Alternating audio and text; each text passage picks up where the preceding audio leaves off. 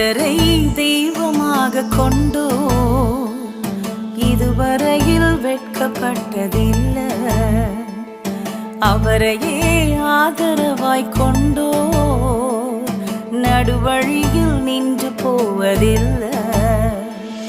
வேண்டும் போதெல்லாம் என் பதிலானாரே, வாழ்க்கை முழுவதும் என் துணையானாரே.